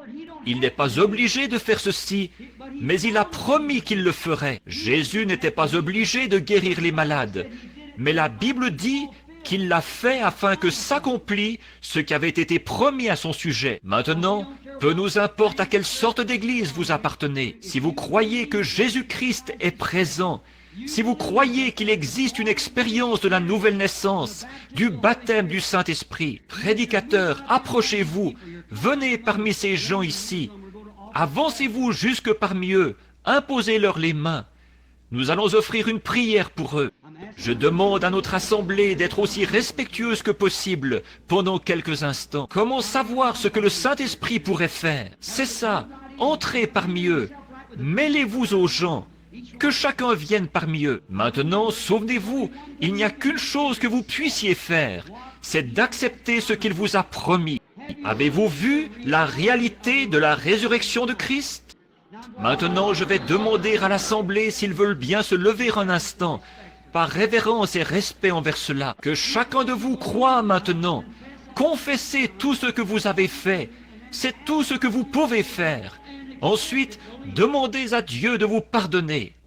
Et acceptez-le, croyez-le. Maintenant, priez, chacun à sa façon. Notre Père Céleste, nous venons à toi avec des âmes contrites. Combien la petite histoire de cette maman biche nous a profondément touchés. Voilà des gens qui voulaient faire quelque chose, ou voir quelque chose de réel. Comme la reine du Midi, qui est venue des extrémités de la terre pour entendre la sagesse de Salomon. Et il y a ici plus que Salomon. Il y a le Sauveur de l'humanité, Jésus-Christ de Nazareth. Sauve-les, Père, pardonne leurs péchés, lave leurs âmes dans le sang de l'agneau et donne-leur l'expérience d'être un chrétien par naissance. Aucun autre animal, rien d'autre n'aurait pu faire cela que la maman biche. C'est ce qu'elle était. Donne-nous cette expérience, Seigneur, maintenant, l'expérience d'une nouvelle naissance dans le royaume de Dieu, alors que le Saint-Esprit est là. Accorde-le, Seigneur. Accorde-le, Seigneur. Maintenant, fermez les yeux, levez les mains et dites, faites votre confession en disant, Jésus, maintenant je crois. Prends-moi comme je suis. Je ne peux rien faire de plus. Guéris mon corps malade. Prends-moi, Seigneur. Je crois que tu es ici. Le Saint-Esprit est ici. Il s'identifie. Sauve-moi par ta grâce, Seigneur. C'est tout ce que je peux faire. Par le nom de Jésus-Christ. Frère Grant, voulez-vous conduire la prière?